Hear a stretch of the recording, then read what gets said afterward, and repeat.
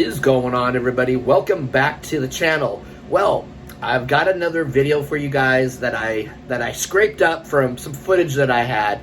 As you guys know, things lately have been crazy. I went on vacation. I came home with the flu. Yes, that flu. So I was out of commission with that for a while. I'm starting to get my life back on track. I'm, of course, back to work now. So hopefully by next week, things will be back to normal on this channel. I'll have some, vlogs filmed this week, and we can get on with it. Like I said, it's just been a crazy 2 or 3 weeks, 3 weeks or so. It's just been wild, and I appreciate you guys for hanging in there while I've been uploading a lot of these little short videos and scraping together footage for stuff for you guys to watch. You guys are greatly appreciated, and let's get on with it. So the Biseglia family, you can see there's a bust on the outside. Here is, it's beautiful here.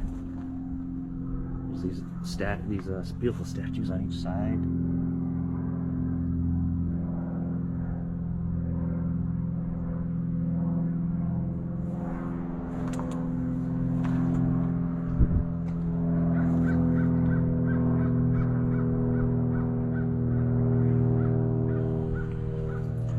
There's quite a bit of people in here.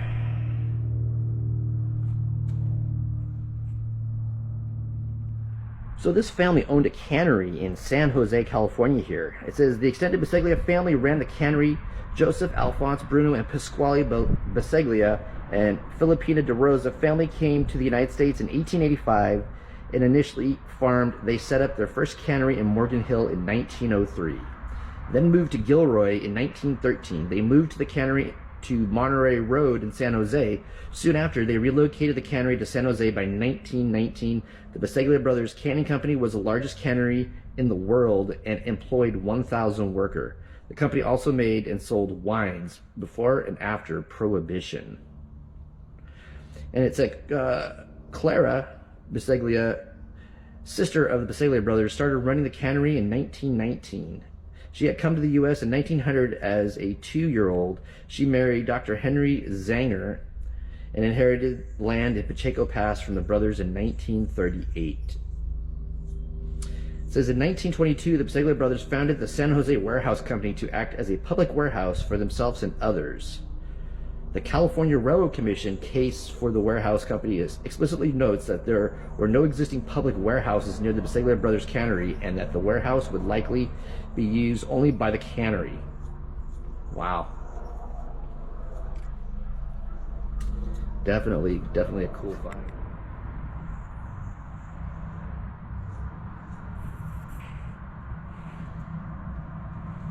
Yeah, Bruno.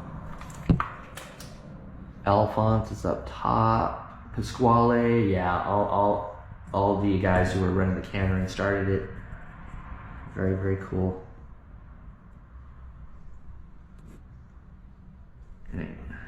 Wow.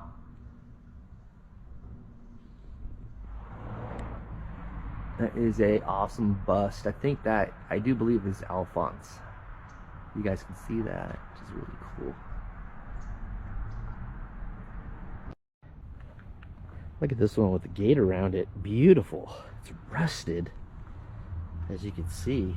It's all rusted here. But this one, and the tile work in here is beautiful.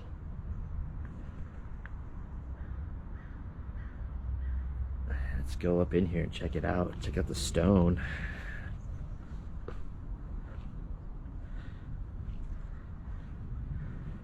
Is that Dooley?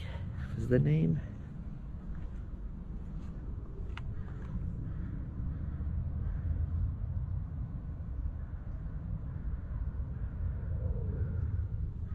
People out of respect have left stones.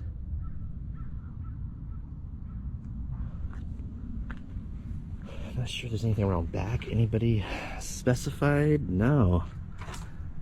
Not at all. There's the top. There's a beautiful cross on the top of this. Very interesting.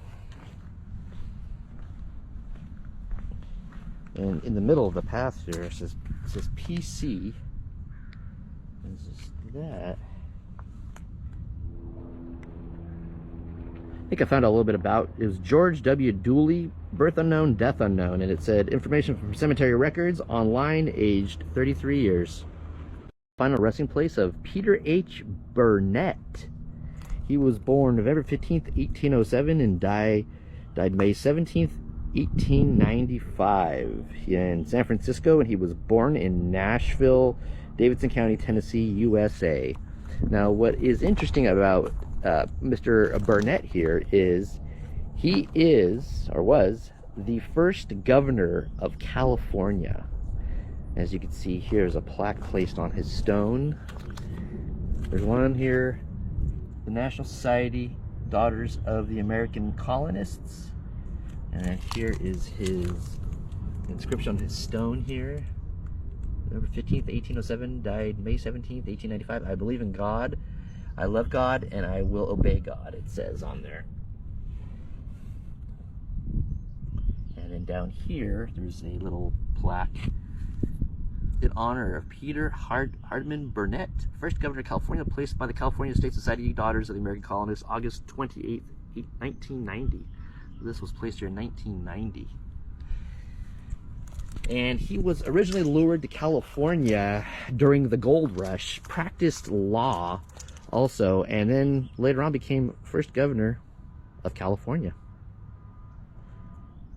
And off to the right here is his spouse, Harriet.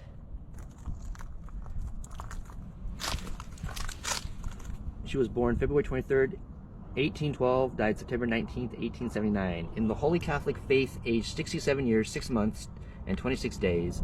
May she rest in peace. And that's his spouse. So we got a bit of a celebrity here. First go this area over here. Looks very, very old.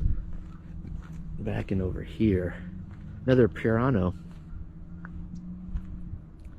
It looks like one of the fronts is missing off, but it's still got this cement sealer. I guess one of the front fell off, and this middle one on the right. I guess I would assume those are the pieces of it down below.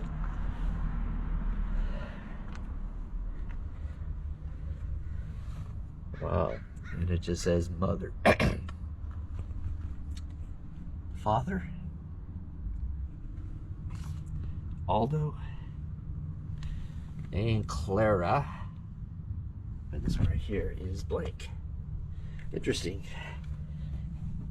These are sealed. Now, I'm sure you guys remember this chapel. We talked about this, I think, in the summertime. It was like June or so. This is the Varsity Chapel and Mausoleum. Now, this is the one chapel that we had found out had an underground mausoleum that is closed off to the public. It was speculated, I think by Teresa and Lisa, I do believe, that it was possibly Native Americans under the chapel. Also, you know, people associated, I think, with the mission also. But yes, definitely an interesting, and it's very intriguing. I have called the cemetery before to try to find out more about it, and they're very tight-lipped about it.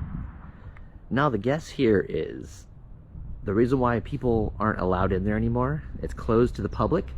The guess here is that the underground mausoleum is either, a lot of you guys have speculated, it's either poorly maintained or earthquake damage. So it could be either or both, or whatever.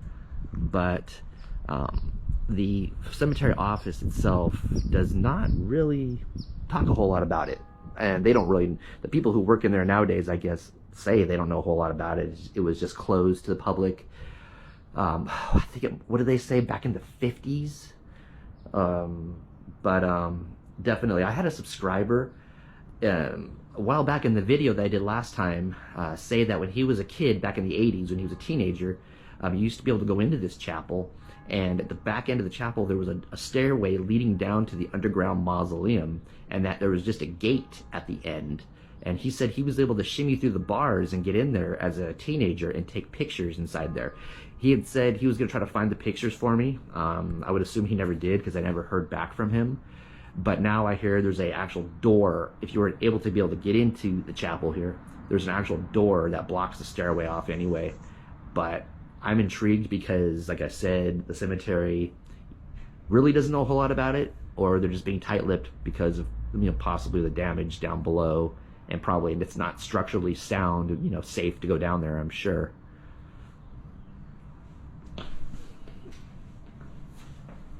But yeah, it is. Yeah, it's locked. And that's above the door. It says 1900. The grave of Tiburcio Vasquez, 1835 to 1875. From what I found online and on the Find a Grave app, he was a Western outlaw born in Alta California, Mexico, modern-day Monterey, California. He was the last of the Mexican bandidos to terrorize California in the 1870s. His first brush with crime was in 1853 for taking part in the murder of a constable, William Hardmount, in Northern California. After being convicted as a horse thief, serving 3 terms in San Quentin prison, he was released in 1863. He returned to a life of crime, committing a string of robberies, horse stealing plus 2 murders in Tres Pinos, and was wanted dead or alive for $8,000. He was finally captured in May of 1874 in the Arroyo Seco area of Los Angeles. Tried and sentenced to be hanged. Before the execution, he dictated the statement, "A spirit of hatred and revenge took possession of me. I had numerous fights in defense of what I believed to be my rights and those of my countrymen. I believed we were unjustly deprived of the social rights that belonged to us." His character was the figure for the Hollywood movie Mexican Bandit, and Vasquez Natural Area Park in Southern California is named after him. So that's a little bit about Mr. Vasquez there, a Western outlaw. He's got a beautiful grave here. But that's what I found on online and on the Find a Grave app, a little bit about him. I mean, look, it looks like there was something attached to his stone. It looked like it was like maybe cemented on and it came off. But people have placed flowers and plants on here, and those right there, and some coins and little figurines and everything. This is awesome. Awesome find. And that was it. If you enjoyed this video, please give it a thumbs up. And if you are new to the channel, hit that subscribe button and click that bell icon. Therefore, you can be notified of all of my future uploads, guys. Once again, you are appreciated. Thanks for hanging in there with me, and I'll talk to you later.